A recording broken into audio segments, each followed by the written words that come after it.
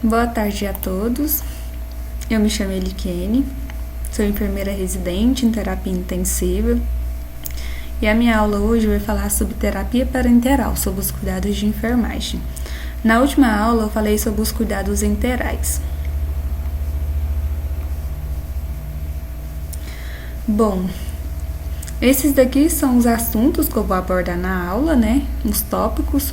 Vou falar um pouco de conceito de terapia nutricional, a classificação da terapia nutricional, conceito de nutrição parenteral, diferença de nutrição parenteral, tanto parcial como total, indicação da nutrição parenteral, vias de administração da nutrição parenteral, complicações da nutrição parenteral, atribuições da equipe na nutrição parenteral, quais são as atribuições do enfermeiro, abordando especificamente esse integrante, que é o enfermeiro.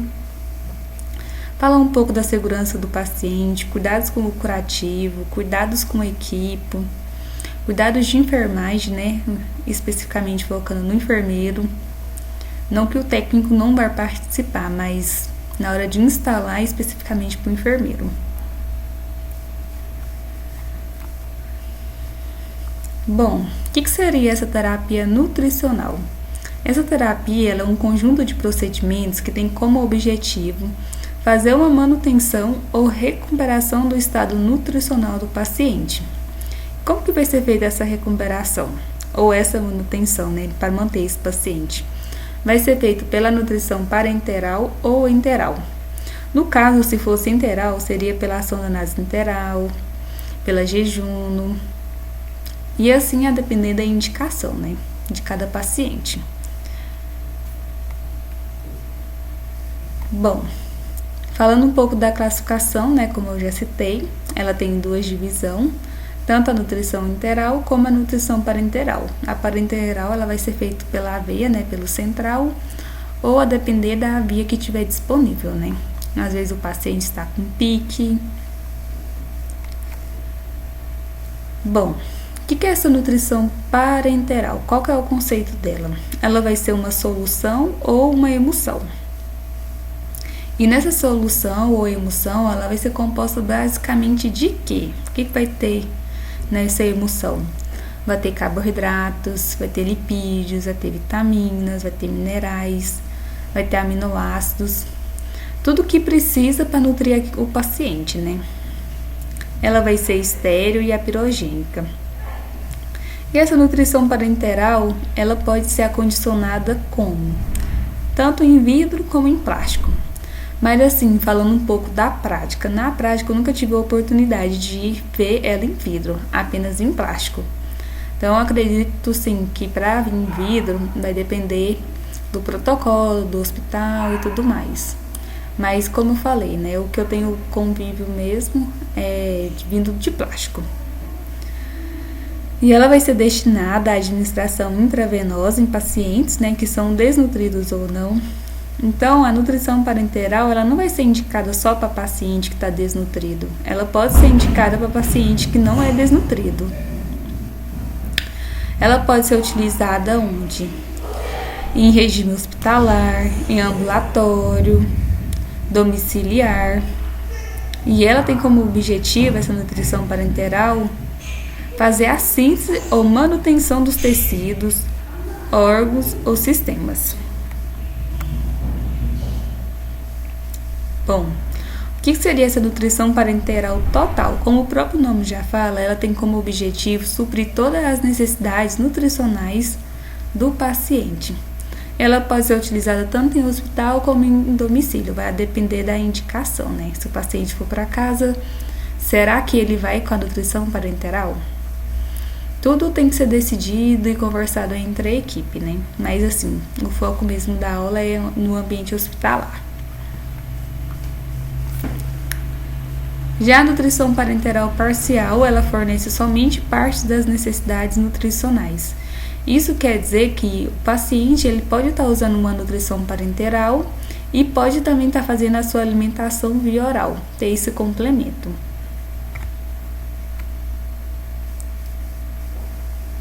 Quando que vai ter a indicação da nutrição parenteral? Bom, na evidência de desnutrição na admissão. Se na admissão você já percebe que o paciente está desnutrido e ele tem indicação para receber a nutrição parenteral, só que antes de passar para colocar parenteral, eles vão tentar fornecer, né, via oral, ver o que pode melhorar nessa alimentação do paciente, conversar com a nutrição, ver se tem uma possibilidade de colocar uma refeição que o paciente ele solicite, né? Tipo, falar, eu gosto de tal coisa. Tentar, assim, adequar o paladar do paciente, né? Para dar uma melhorada. Se não conseguir, aí sim, a NPT, né? Ela deve ser iniciada. Assim que for possível, após estabilização da hemodinâmica, né? Que se o paciente ele não tiver hemodinamicamente estável, também aí no caso é contraindicado, né? Só que antes de chegar na nutrição parenteral, vão tentar outros meios, como fazer a nutrição enteral. Se o paciente não tiver condições de receber a nutrição enteral, né, que seria pelas sondas, aí sim eles vão avaliar essa nova possibilidade, né, da nutrição parenteral. Tudo é muito decidido entre a equipe. Quando também fala que o trato gastrointestinal não está funcionante, ou contraindicado, ou tentativa de acesso enteral fracassada. No caso, como eu já falei, se eles tentou via oral, não conseguiu, não melhorou, aí já passa para dieta enteral, coloca já a sonda nas enteral, que geralmente eles começam com essa. Tentou e não deu certo, aí eles vão ver novas possibilidades, tanto a jejum, né? Se não der certo, aí eles vão avaliar a questão da nutrição parenteral, né? Ela vai ser indicada também quando o aporte enteral ele é insuficiente, com a associação da nutrição parenteral. Então, nesse caso, assim, quando fala que o aporte enteral é insuficiente, e é recomendado após 5 dias de terapia nutricional enteral sem sucesso, né? Aí, no caso, se a enteral está insuficiente, vai ser recomendada a nutrição parenteral. Outra indicação da nutrição parenteral é quando o paciente ele apresenta desnutrição. E essa desnutrição vai ser de 10 a 15% de perda de peso. Então, vamos fazer toda a avaliação e se o paciente estiver apresentando de 10 a 15% de perda, ele já tem a indicação da nutrição parenteral. Também tem a questão da capacidade comprometida, né? Se o paciente ele tá com a via oral comprometida ou a via enteral comprometida, aí tem essa possibilidade, né, de fazer a nutrição parenteral. Tentou todos os meios e não conseguiu, vamos partir para essa opção. Quando que vai ser contraindicada a nutrição parenteral? Ela vai ser contraindicada em pacientes que apresentam, né, seu quadro hemodinamicamente instável. E o que seria esses quadros hemodinamicamente estável? Paciente que está apresentando uma hipovolemia, um choque cardiogênico ou séptico, edema agudo de pulmão, anúria, né, o paciente ele já não faz mais xixi, anúria sem diálise ou que apresente graves distúrbios metabólicos e eletrolíticos. Tem a questão também do paciente ele apresentar acidose metabólica ou alcalose metabólica. Nesse caso, tem que investigar, né, o que está acontecendo, tratar e só depois iniciar a nutrição parenteral. Falando um pouco da questão da acidose metabólica, para a gente saber se o paciente está apresentando mesmo, vai ser através da gasometria, né? A gasometria é um recurso assim, que é muito utilizado na prática do dia a dia, principalmente assim, na UTI, foi onde mais eu tive a oportunidade de ver que a gasometria é muito presente, praticamente em toda a assistência, né, com todos os pacientes. Vai ser contraindicado também quando o paciente ele apresenta estados hiperosmolares, né? Esses estados hiperosmolares, ele é causado quando o paciente apresenta hiperglicemia, sendo essa hiperglicemia maior que 300 mg/dl, né? Além disso, além de apresentar essa hiperglicemia, ele vai estar associando com uma hipernatremia, né, de difícil controle. Então, antes de fazer essa indicação, né, da nutrição parenteral, tem que aguardar a compensação do distúrbio metabólico antes de iniciar a nutrição parenteral. Nesse caso aqui, não é uma contraindicação absoluta, é uma contraindicação relativa, né? Porque se depois que controlar, tem como fazer a nutrição parenteral do paciente, então ela não é uma contraindicação absoluta. Só vai ser colocada instalada essa nutrição parenteral assim que se estabilizar o quadro do paciente. Quais são as vias de acesso da nutrição parenteral? Como sabemos, a nutrição parenteral ela tem que ser feita em via de acesso exclusivo. Por que tem que ser exclusivo? Porque se você utilizar ela concomitantemente com outras soluções, isso pode acarretar em elevado risco de contaminação, né? Esse é um dos motivos. Então, falando um pouco da via periférica, pode ser feito nutrição parenteral pela via periférica? Pode sim, mas para ser feita ela tem uma indicação com soluções até 900. Então, não pode passar disso, é até 900. Se passar disso, já está contraindicado usar a via periférica. No caso do central, ela é indicada para soluções que têm osmolaridade maior que 700. Então, assim, falando um pouco da nutrição parenteral na prática. Nunca tive a oportunidade de ver fazer nutrição parenteral na periférica, somente na central.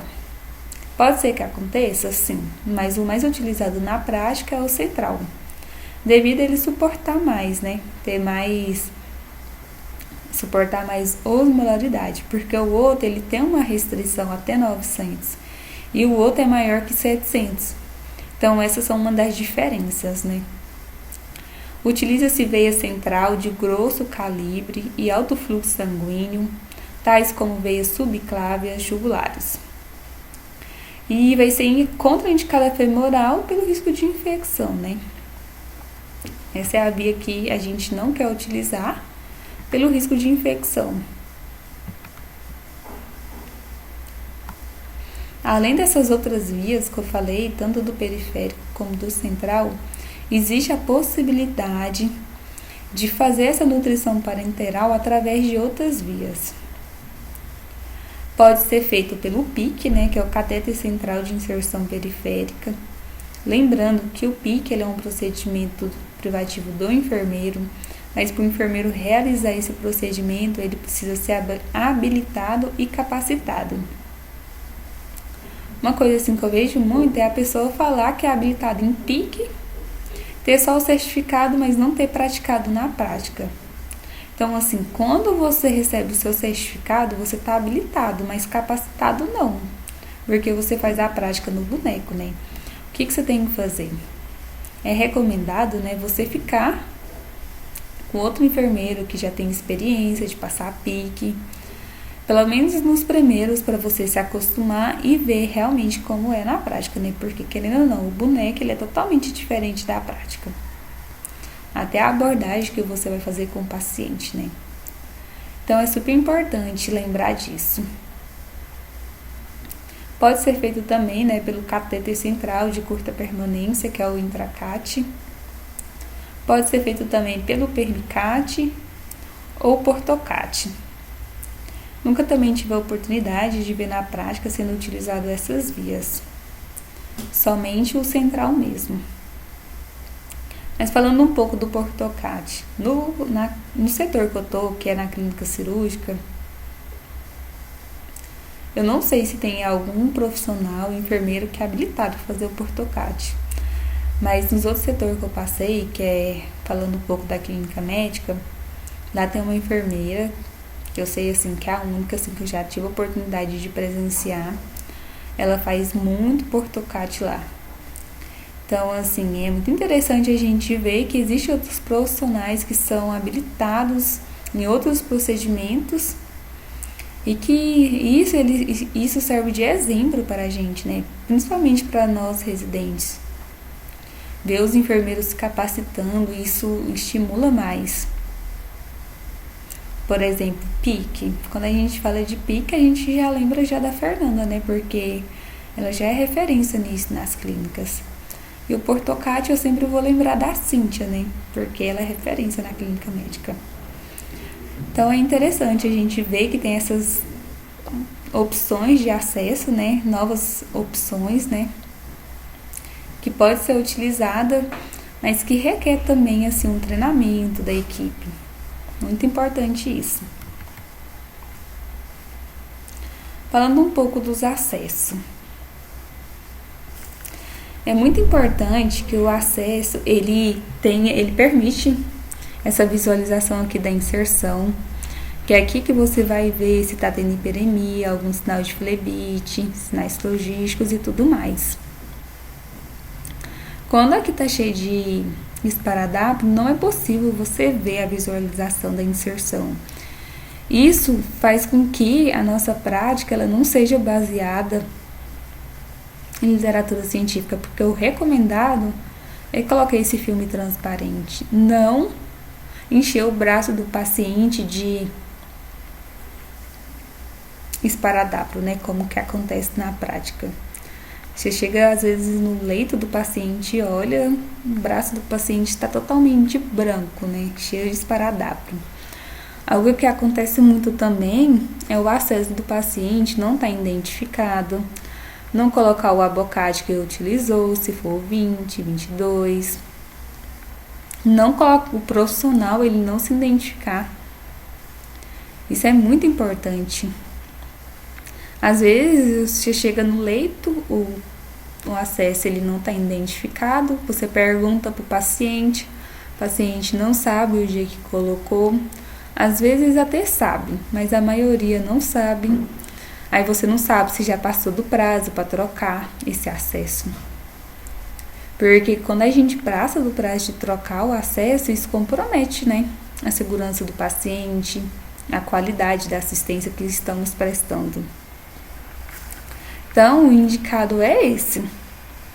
Colocar o IVFix, porque ele vai permitir uma visualização da inserção. Olha, tanto que é bonito olhar para esse acesso e ver que dá para você ver a inserção, né, do catéter. Esse aqui é um central, ele também dá para ver a visualização, dá para ver que ele está bem feito, dá para ver que ele não está molhado nem nada. Isso é o que a gente gostaria para a prática, né? Tá identificado, mas assim, não dá para perceber muito bem devido à foto. Esse aqui é o PIC, ele também dá pra ver a inserção dele e tudo mais. Só faltou ter a identificação, né?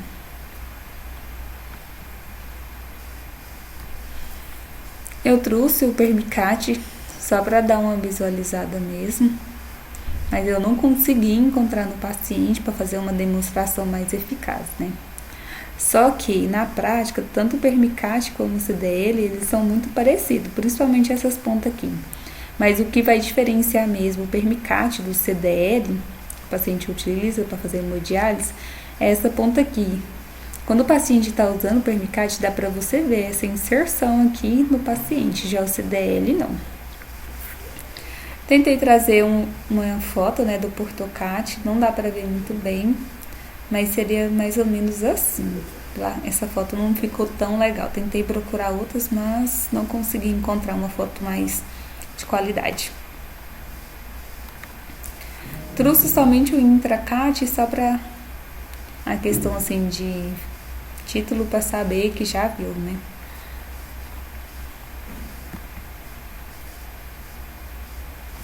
Bom, esse daqui são alguns acessos, eu peguei de um artigo que eu tinha visto.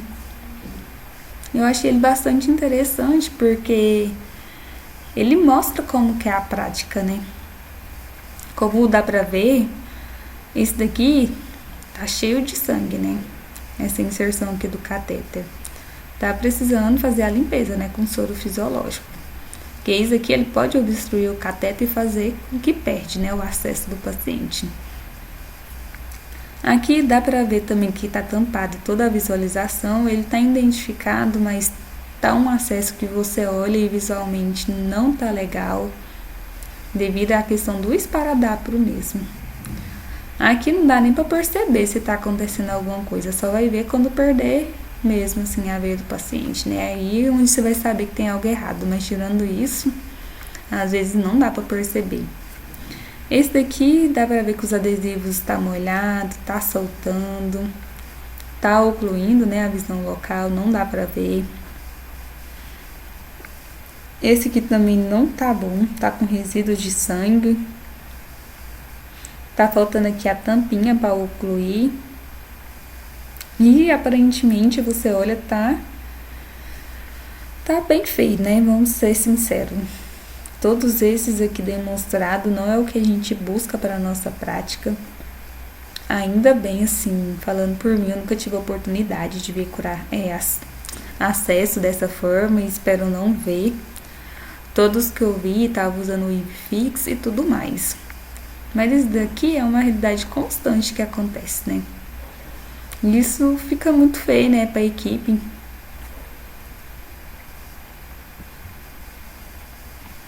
Bom, falando sobre um pouco assim da resolução do PIC, né? Esse aqui é um parecer do Conselho Federal, do COFIN, é o 243 de 2017. Aqui ele fixa, né, sobre a questão que o procedimento de inserção, fixação, manutenção e retirada de cateter periférico central pelo enfermeiro, né? Nessa resolução também eles deixam lícito que ao enfermeiro a inserção de cateter periférico central. Só que não é só porque você é enfermeiro, tem o seu diploma de enfermeiro que você está habilitado para passar o PIC. Para você ser habilitado para passar o PIC, você precisa, né, ser submetido à qualificação ou à capacitação profissional, né, que é fazer o curso e ser habilitado, né. No PIC também é muito importante a questão do ultrassom, né, ele é um aliado muito grande, muito utilizado. Ele é utilizado por quem sabe manusear, né, porque não é todos que sabem utilizar o ultrassom. Precisa fazer um curso para se atualizar e tudo mais, né. E ele é interessante, né, porque ele permite a visualização e a escolha do vaso a ser puncionado. Isso facilita muito. Você não precisar fazer um acesso a escuras é maravilhoso. Primeiro que vai ser bom para o paciente, né? Você não vai ficar furando o paciente sem necessidade. E se você utilizar a ultrassom, você já vai ir mais certeiro, né? Você vai ter mais chance de finalizar o procedimento mais rápido, sem causar tanto desconforto no paciente, né? Porque se você for a cega, geralmente você fura 3, 4, 5 vezes. Se o paciente ele for de difícil acesso, vai furar muito mais, né? E com a ultrassom, esse recurso que chegou, né? Ele é um aliado grande.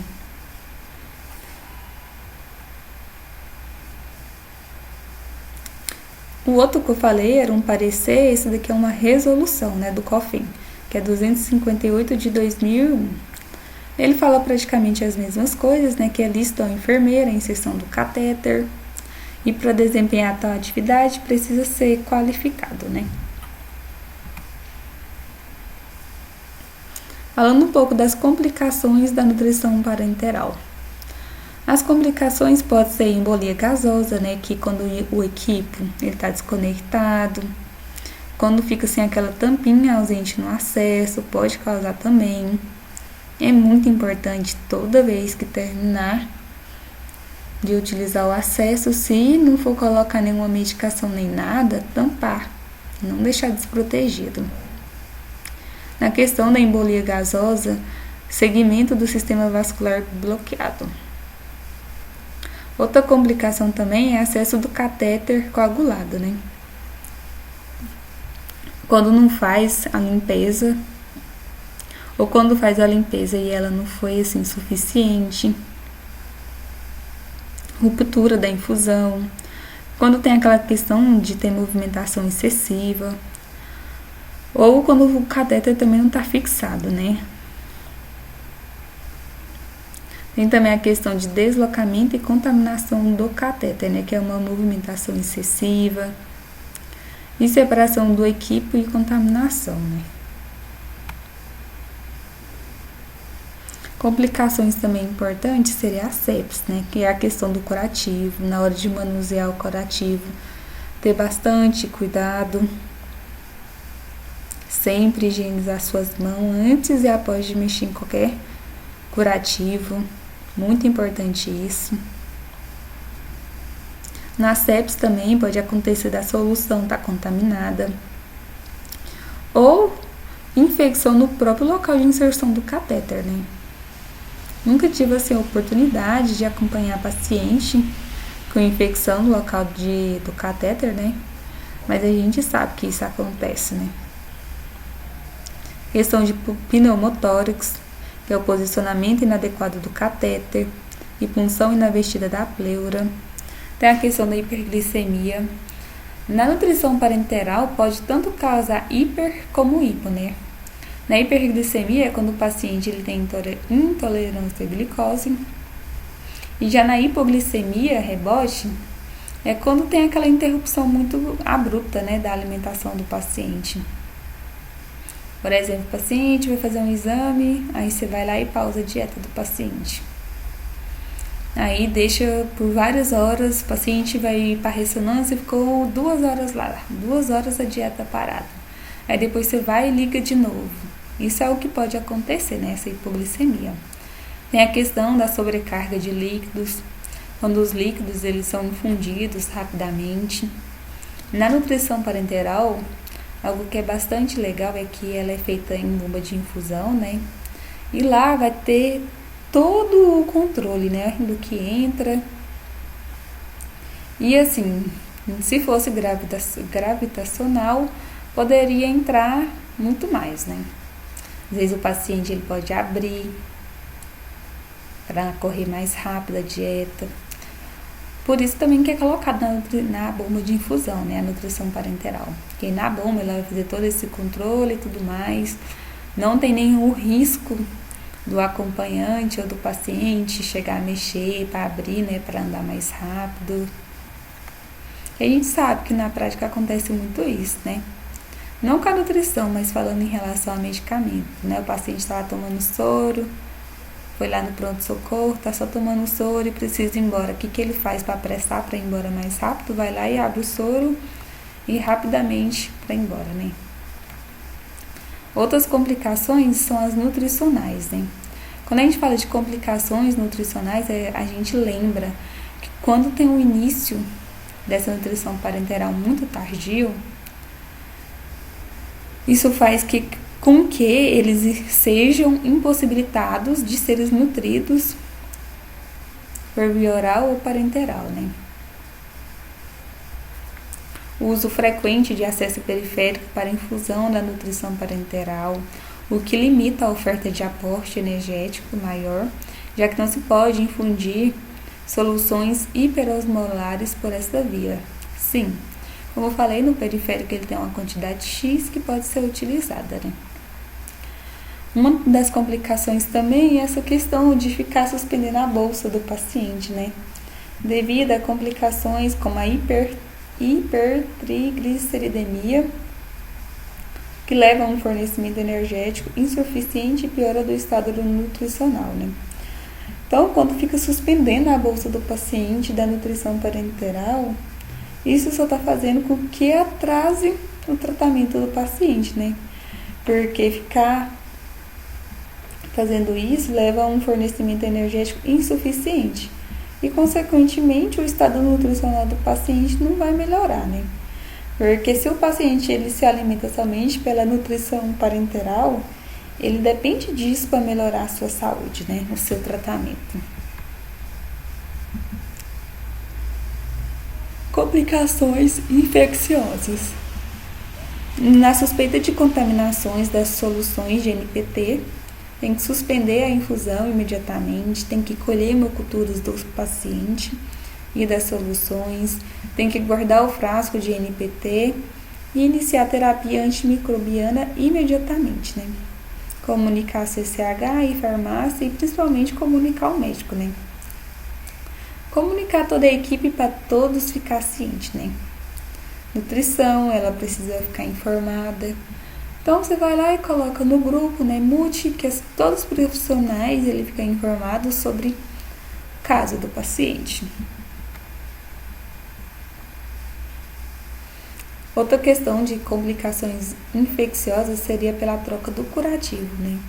Na hora de fazer o curativo, não é apenas um curativo, porque você pode evitar que o paciente, futuramente, ele tenha uma complicação infecciosa.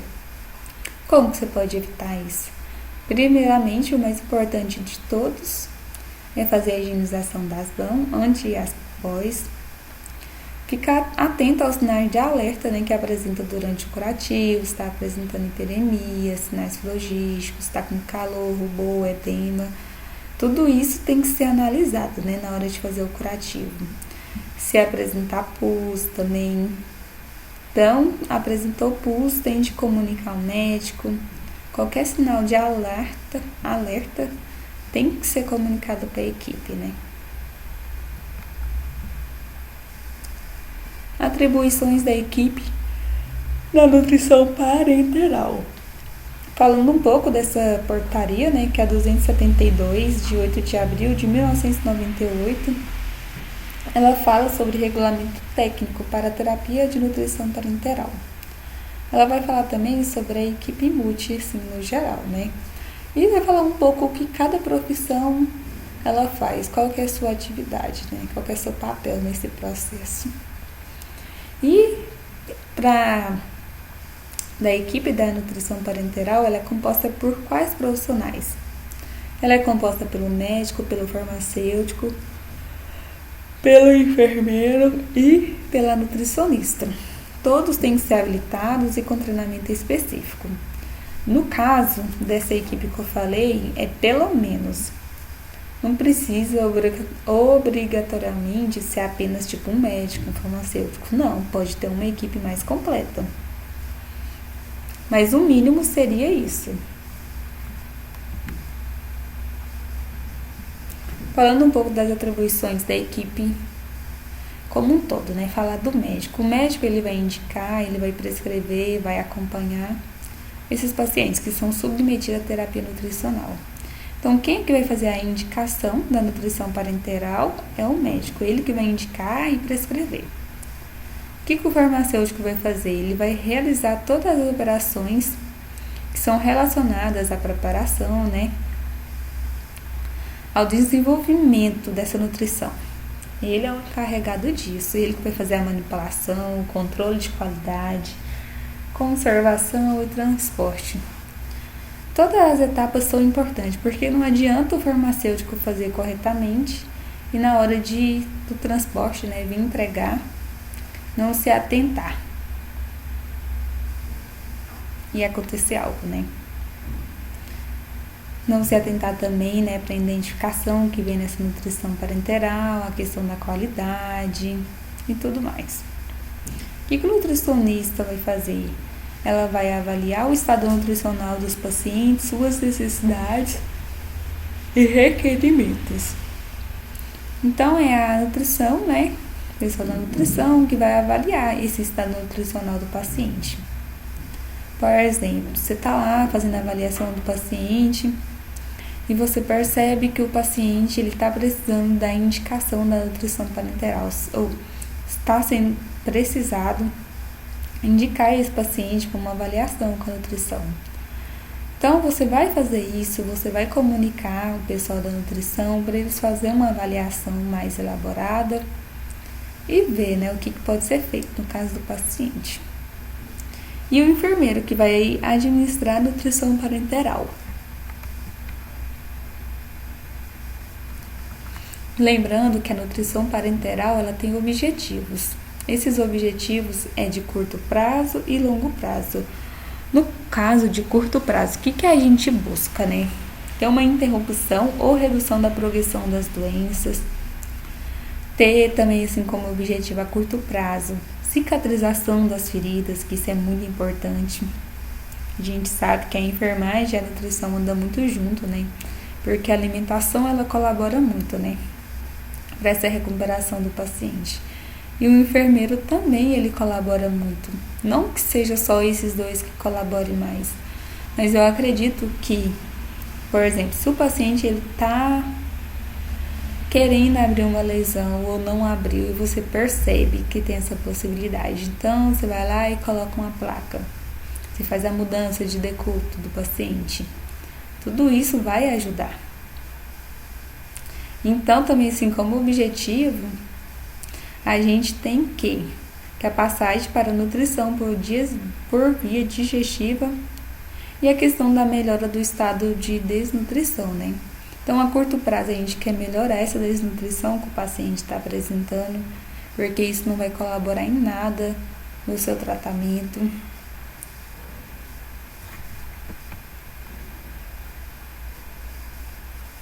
Então, a longo prazo, o que a gente quer buscar com essa terapia nutricional a longo prazo?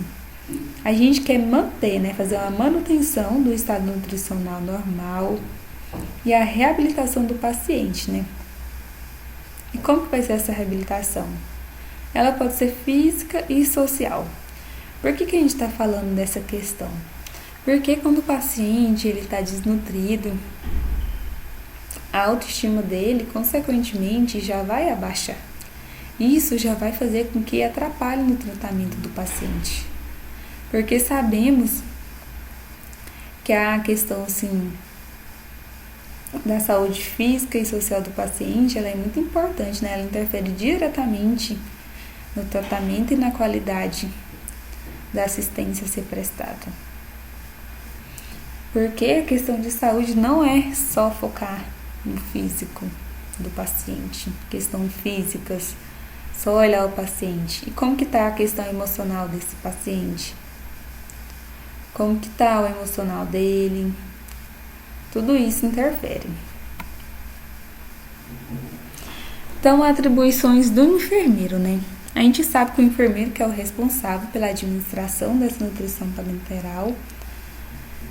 Cada hospital tem seu protocolo, né? Mas aqui no Hospital das Clínicas, o protocolo é o que o enfermeiro instala a nutrição parenteral. Essa nutrição parenteral, ela deve ser executada de forma a garantir ao paciente uma terapia segura.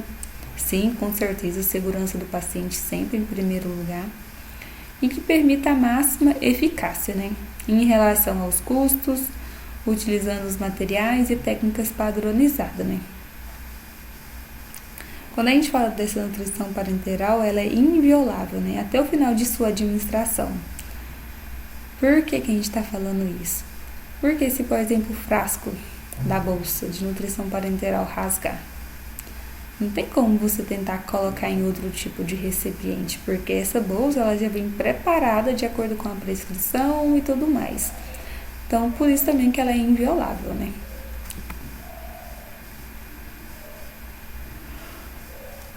O acesso venoso para infusão da nutrição parenteral deve ser estabelecido sob supervisão médica ou de enfermeiro. Se for o acesso periférico, quem vai funcionar é o técnico. Se for jugular é o enfermeiro, o PIC é o enfermeiro, central, o médico, então tudo isso vai depender, né? Então, a utilização da via de acesso da nutrição parenteral, ela deve ser exclusiva, sim, sempre. Mas se por acaso tiver a necessidade, né, surgiu um caso assim excepcional, aí como que vai acontecer? Então, a necessidade excepcional da sua utilização para a administração de qualquer outra solução injetável só pode ser feita após a aprovação formal da equipe, né? Então, no caso, a equipe vai decidir e ver o que é o melhor para o paciente, né? Se pode ou não fazer.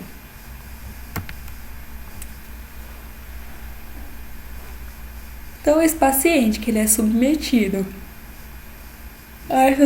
a essa terapia nutricional parenteral deve ser controlado quanto à eficácia do tratamento, quais são os efeitos adversos que esse paciente ele pode apresentar utilizando essa nutrição parenteral e observar também, né, modificações clínicas que possam influir na qualidade da terapia nutricional.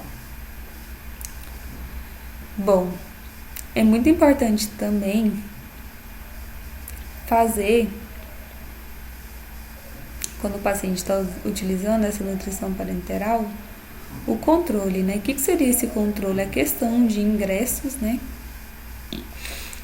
Só um momentinho. Fazer o controle do paciente em terapia nutricional deve contemplar o quê? Ingressos de nutrientes, tratamento farmacológicos concomitantes, a questão do sinal de intolerância à nutrição parenteral. Você vai conversar com o seu paciente, vai ver como está essa questão dessa tolerância, se está tendo uma boa aceitação ou não. Se o paciente ele está progredindo, está conseguindo recuperar o seu peso, ou se por acaso ele está diminuindo, né? Tudo tem que ser avaliado. Vai verificar alterações antropométricas, bioquímicas, hematológicas e hemodinâmicas. Assim, modificações em órgãos e sistemas cujas funções devem ser verificadas periodicamente.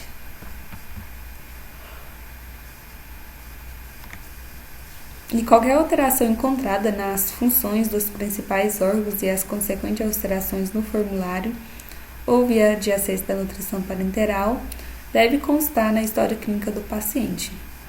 Então, tudo que for relacionado ao paciente, você tem que fazer a sua evolução, você tem que deixar registrado, porque tudo isso é muito importante, né? Agora falando de atribuições específicas do enfermeiro. Bom, você pegou a prescrição médica, viu que o paciente vai começar a ingerir, né? Vai começar a ter na sua prática a instalação da nutrição parenteral. Você só vai chegar lá e já vai colocando a nutrição parenteral sem explicar para o paciente? Não, de forma alguma você vai fazer isso. Sempre você vai explicar, vai orientar o paciente. Se ele tiver com familiar presente, você vai explicar para a família, para ela entender o que está acontecendo e por que você está colocando essa nutrição parenteral no paciente. Qual que é o motivo, né? Ou o responsável legal quanto à utilização e controle da terapia nutricional. Vai preparar o paciente, o material e o local para a inserção do cateter intravenoso. Vai prescrever os cuidados de enfermagem, né?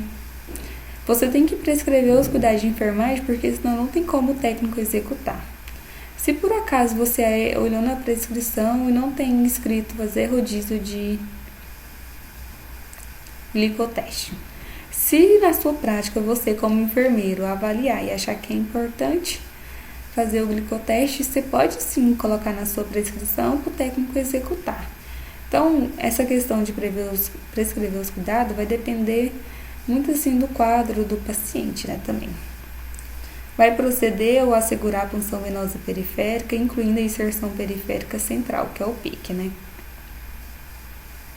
Se o paciente ele não tem condições de acesso, está com falência de acesso, você vai tentar pegar uma jugular. Caso não consiga, você vai partir para o PIC. E se por acaso não conseguir, vai ser feita uma avaliação da equipe, né? Ver o que é melhor para o paciente, se vai pegar um central, qual que vai ser o dispositivo que eles vão utilizar, né? Vai assegurar a manutenção das vias de administração, sim. É muito importante você garantir que você está fazendo na via certa, na via prescrita pelo médico, né? Vai receber a nutrição parenteral da farmácia e assegurar a sua conservação até a sua completa administração. No momento que o médico ele manda a prescrição para o farmacêutico ele tem a oportunidade de olhar essa prescrição, verificar se tem algo errado, se tem alguma informação que não está batendo, se o nome do paciente por acaso estiver trocado, pode ser qualquer informação que você olhe e verifique, perceba que tem algo que não está normal, né? Como deveria estar. Você vai entrar em contato com o médico, vai comunicar. Porque se você fazer isso, você já está fazendo com que reduza os eventos adversos, né? Você está fazendo uma barreira de prevenção para o paciente. Que isso é bom para ele e é bom também para a nossa instituição, né? Porque imagina sair uma notícia no jornal, alguma coisa. Essa notícia ela vai impactar todos e principalmente o hospital, né? Não tem como não afetar.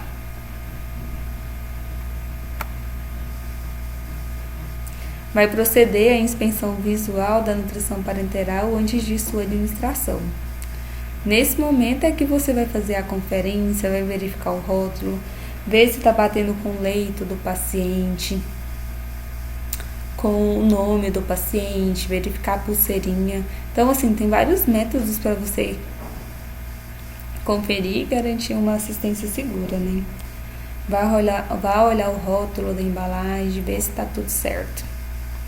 Vai avaliar e assegurar a instalação da nutrição parenteral, observando as informações contidas no rótulo, confrontando-as com a prescrição médica. Bom, o que acontece muito na hora que vai fazer uma administração de medicação ou de dieta mesmo, não vou falar assim que seria o técnico ou o enfermeiro, mas o profissional ir lá no leito, tá lá mexendo na bomba, vai e coloca os dados, não tem a certeza do que tá colocando, porque você sai, para você ter chegado no leito, pode ser que você esqueceu alguma informação e isso passe desapercebido. Então, assim, sempre que possível, já confira, pega a prescrição, já confira, já lá no posto, né? Você olha os dados e vê se está batendo. Vai avaliar e assegurar a administração da nutrição parenteral com asepsia, né? Tem que ser estéril. Vai assegurar a infusão do volume prescrito através do controle rigoroso do gotejamento, de preferência com uso de bombas de infusão. Não. Você vai fazer em bomba de infusão contínua, não é de preferência, você vai fazer na bomba mesmo. O que pode acontecer é não ter bomba de infusão, aí é outra coisa assim que tem que avaliar e tudo mais. Mas raramente vai ficar sem uma bomba de infusão nos hospitais, pelo menos pelo que eu já percebi, né? Você vai detectar, vai registrar e vai comunicar à equipe ou o médico responsável pelo paciente qualquer intercorrência, tanto de ordem técnica como de ordem administrativa. Você vai garantir que seu registro ele seja claro, seja objetivo, que apresente a evolução, a administração, a evolução do paciente. Essa evolução você quer saber o quê? Quanto ao peso, sinais vitais, balanço hídrico e glicemia, etc. Vai efetuar ou supervisionar a troca do curativo do cateto venoso com base em procedimentos pré-estabelecidos, sim. A troca do curativo ela é muito importante, né? Lembrando que se o paciente estiver com IV fixo, ele pode ficar até 7 dias, só não vai ser trocado antes só se não tiver nenhuma indicação, mas estiver sujo, estiver descolando, estiver molhado, não tiver identificado e você não sabe o dia que fez, você vai fazer esse curativo, vai identificar e vai datá-lo, né? Colocar seu nome e tudo mais. Vai participar e promover atividades de treinamento operacional e de educação continuada, garantindo a atualização de seus colaboradores. Como a gente sabe, nas clínicas, principalmente na clínica cirúrgica, que eu estou tendo mais contato, lá tem uma enfermeira chamada Kézia, acredito que todos já conhecem. Ela está fazendo treinamento da equipe. Isso, assim, é de muita importância, né? Ter uma profissional que está disponível para dar essas aulas, para capacitar a equipe, deixar atualizada. Excelente isso. Você vai elaborar e vai padronizar procedimentos de enfermagem relacionados à terapia nutricional. Por acaso, você está no setor e não tem um POP, você pode juntar com a equipe e criar esse POP para deixar tudo ok, né? Que aí ninguém não vai fazer de um jeito, você não faz de outro. Ele vai ser padronizado esse procedimento. Algo assim muito importante também é zelar pelo perfeito funcionamento das bombas de infusão. Como a gente sabe, nas clínicas, eu falo da cirúrgica, que é onde eu tô, o Marcelo, ele sempre passa nos leitos, conferindo, verificando a organização do quarto, verificando se não tem comadre nem nada em cima da pia. no banheiro jogado, se não tem biombo no meio do quarto sem necessidade, se o paciente não tem indicação para utilizar. Tudo isso faz com que o quarto ele se torne organizado. Você entra no quarto e se sinta bem. Porque um quarto desorganizado, ele não traz boas coisas, né? E falando um pouco dessas bombas de infusão, é muito importante a gente cuidar. Nas clínicas eu percebi que não tem tantas bombas, né?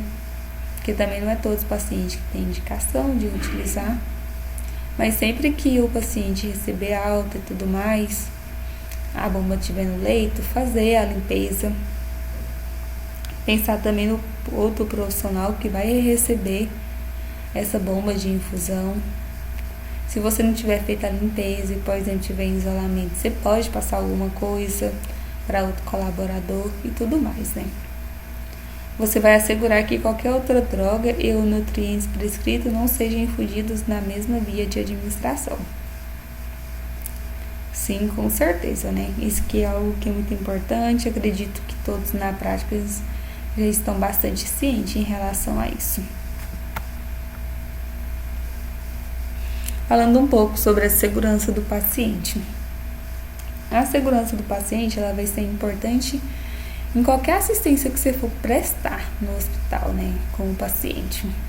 E quando que vai fazer a higienização das mãos? Tem 5 momentos. O primeiro momento é antes de ter contato com o paciente. Antes de você ir lá tocar no paciente, você vai fazer a higienização das mãos. O segundo momento é antes da realização de procedimento asséptico. O terceiro momento vai ser após risco de exposição a fluidos corporais. Então, você foi lá, fez sua assistência e você teve contato com fluidos corporais. Imediatamente já fazer higiene da mão, né? Você terminou de fazer seu procedimento. Aí você já pensa, nossa, já vou evoluir meu paciente, vou tentar terminar aqui o mais rápido possível. E não vou higienizar minhas mãos porque eu acho que aqui não teve tanto risco de contato, nem nada. Ok, daí já começa o erro, né? Porque você terminou de fazer o procedimento com o paciente, você tem que fazer a higienização da mão. Não importa o que você tem que fazer mais na frente posteriormente. O que você precisa fazer agora é prevenir, né? Quinto, após contato com as áreas próximas ao paciente. Terminou de fazer seu procedimento, mas mesmo assim você continuou lá tocando as coisas do paciente, na mesinha, na cama, na bancada que fica as coisas do paciente e tudo mais. Então você vai sim realizar a higiene das mãos. Lembrando que a higienização das mãos ela é uma etapa primordial em qualquer procedimento a ser executado, né? Como eu já falei. Falando um pouco sobre a pulseirinha, né, do paciente. O que é indicado é que sempre venha na admissão do paciente, quando o paciente for admitido, verificar se o paciente está com essa pulseirinha, porque é isso que vai fazer com que ele seja identificado, primeiramente, né? E sempre lembrar, né? Se você for no quarto do paciente, o paciente foi admitido hoje pelo NI, mas aconteceu que alguém sumiu a identificação do paciente. Você não vai deixar o paciente sem identificação, né? Você vai providenciar outra. Aí o paciente ele chega com a pulseira, né? E qual que é o local preferencialmente que coloca essa pulseira no paciente? Você sempre vai observar no punho direito. Mas em relação ao paciente ter alguma coisa que impossibilite de colocar no punho direito, ele pode ser colocado no punho esquerdo, no tornozelo direito ou no tornozelo esquerdo. E todas essas orientações, elas são feitas de acordo com o Ministério da Saúde, né? Lembrando também que ele recomenda que seja promovido um rodízio dos membros do corpo do paciente, de acordo com as necessidades dos pacientes, levando em consideração situações tais como você vai verificar edemas, amputações, presença de dispositivos vasculares, entre outros. Então, sempre promover o rodízio, né, dessa pulseirinha do paciente. Nunca colocar garroteando, né, forte, Sempre deixar folgado também um pouco. E nessa pulseirinha, o que ela precisa conter? Tem que ter o nome completo do paciente, sem abreviatura. Se tiver abreviatura, tente providenciar outra. Tem que ter a data de nascimento e a data do nome da mãe completo também, sem abreviaturas. Tudo isso para garantir uma assistência eficaz e segura, né? Por que eles pedem o nome da mãe e o nome do paciente completo? Primeiro, porque às vezes existem nomes muito iguais. E eles pedem o nome da mãe para diferenciar. Se tiver 2 pacientes com o mesmo nome, você pode diferenciar os mesmos pelo nome da mãe, que é algo assim mais fácil, né? No caso que o paciente, nos casos em que a identidade do paciente não está disponível na admissão e quando não houver a informação do nome completo, poderão ser utilizadas as características físicas mais relevantes do paciente, incluindo sexo e raça. Se o paciente foi admitido e não tem identidade no momento, você vai identificar esse paciente pelo sexo e pela raça, né, conforme a orientação do Ministério da Saúde. Bom, e se o paciente ele foi admitido pelo NIS, chegou sem a pulseirinha de identificação, o que você vai fazer? Você vai deixar o paciente sem essa pulseira, que você vai pensar, não é um dever meu, já estou sobrecarregada de trabalho. Ou você vai providenciar essa pulseirinha, porque com isso você está garantindo uma assistência segura, de qualidade, vai evitar transtornos futuramente também, né? Então, se o paciente ele chegou sem essa identificação, a gente pode fazer, né, de forma impressa ou digital, ou manuscritos, né? E se você for escrever manuscrito, obrigatoriamente ela tem que ser com letra de forma e de tinta azul, né? Conforme a orientação aqui. Letra de forma para ser legível, né? E se for cursivo, dependendo da letra, você não vai conseguir entender nada. Em vez de você ajudar, você só atrapalha também, né? Porque não vai colaborar com nada. Falando também sobre o Código de Ética, né? Conforme o Código de Ética, artigo 45, é um dever nosso prestar assistência de enfermagem livre de danos decorrentes de imperícia, negligência ou imprudência, né? Se você não tem competência para fazer tal procedimento, você não faça na dúvida. Sempre procure um colega, peça ajuda, mas não faça nada com dúvida. Porque conforme esse artigo, a gente pode sim ser punido, né?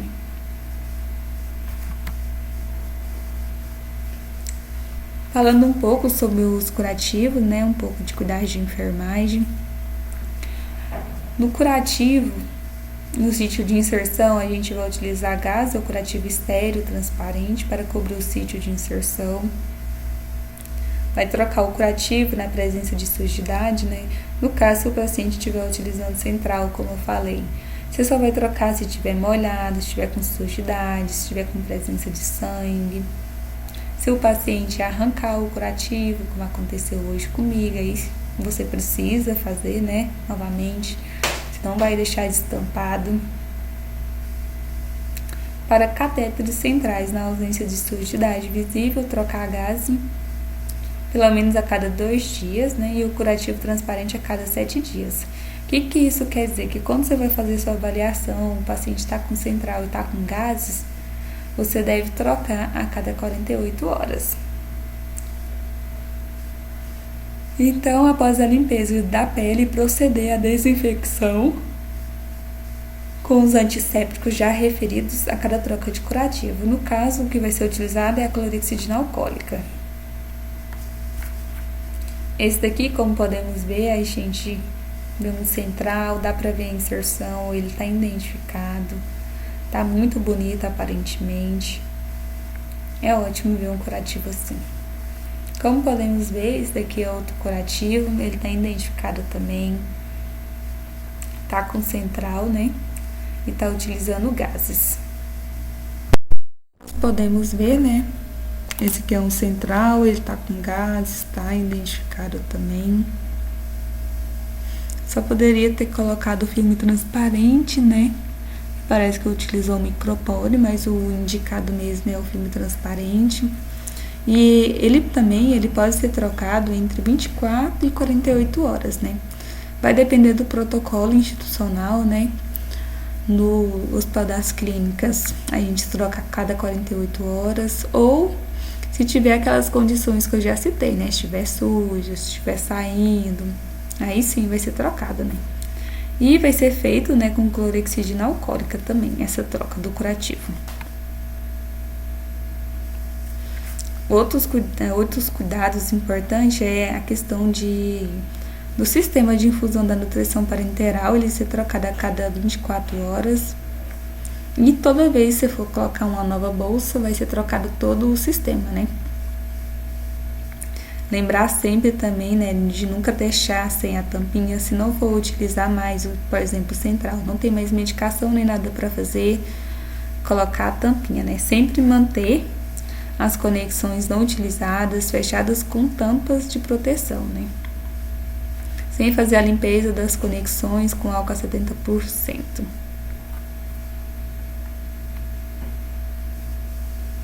Essa aqui é a bomba que a gente utiliza aqui no Hospital das Clínicas, né? Porque a dieta, né, a nutrição parenteral, ela tem que ser utilizada em BIC. E a dieta, ela deve ser sempre administrada em temperatura ambiente. Se por acaso alguém receber a nutrição parenteral e colocar ela e ela estiver assim, congelada, tem que tirar e deixar descongelar para depois ser instalada no paciente. Sempre se atentar para isso, para não instalar em horários diferentes, porque a bolsa ela é trocada a cada 24 horas. Isso é muito importante, não passar do tempo para não deixar o paciente sem a nutrição, né? Porque isso é o que vai ajudar o paciente a ficar forte, a se recuperar. Cuidados de enfermagem relacionadas assim para o enfermeiro, né? Que nesse caso é ele que vai instalar a dieta, né?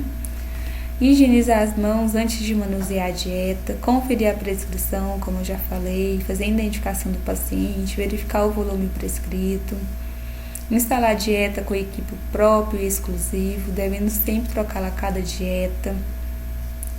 Orientar o paciente a informar sobre qualquer complicação que ele apresentar, como diarreia, náuseas, vômito, qualquer queixa que seja, a gente tem que estar pronto para ouvir o paciente, né? Tem que orientar ele também para ele se sentir aberto para comunicar a equipe.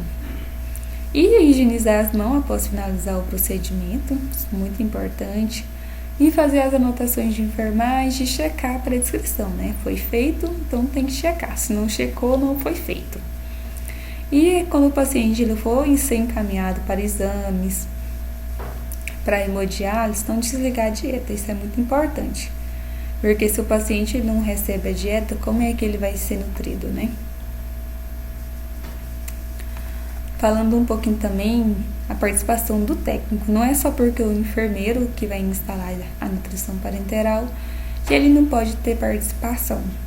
Se por acaso o técnico chegar no leito, perceber, olhar o rótulo e olhar a identificação do leito do paciente, verificar que não é o mesmo paciente que deveria receber essa nutrição parenteral, ele deve imediatamente, né, parar a dieta e comunicar ao enfermeiro.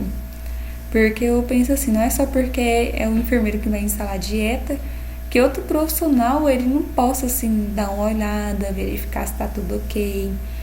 Porque com a correria do dia a dia, as coisas passam muito despercebido. Se ele perceber também assim que o volume que está na bomba de infusão não está de acordo com a prescrição, ele comunica também ao enfermeiro. Qualquer que seja a alteração que ele perceber, comunicar.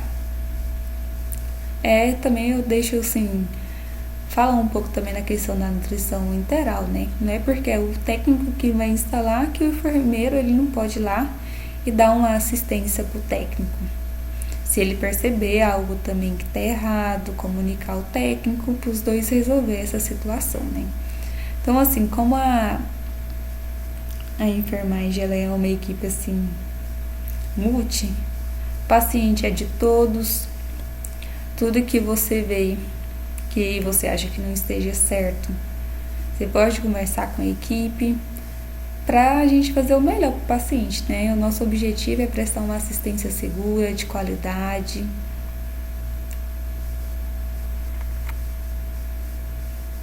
São minhas referências que eu utilizei e muito obrigada.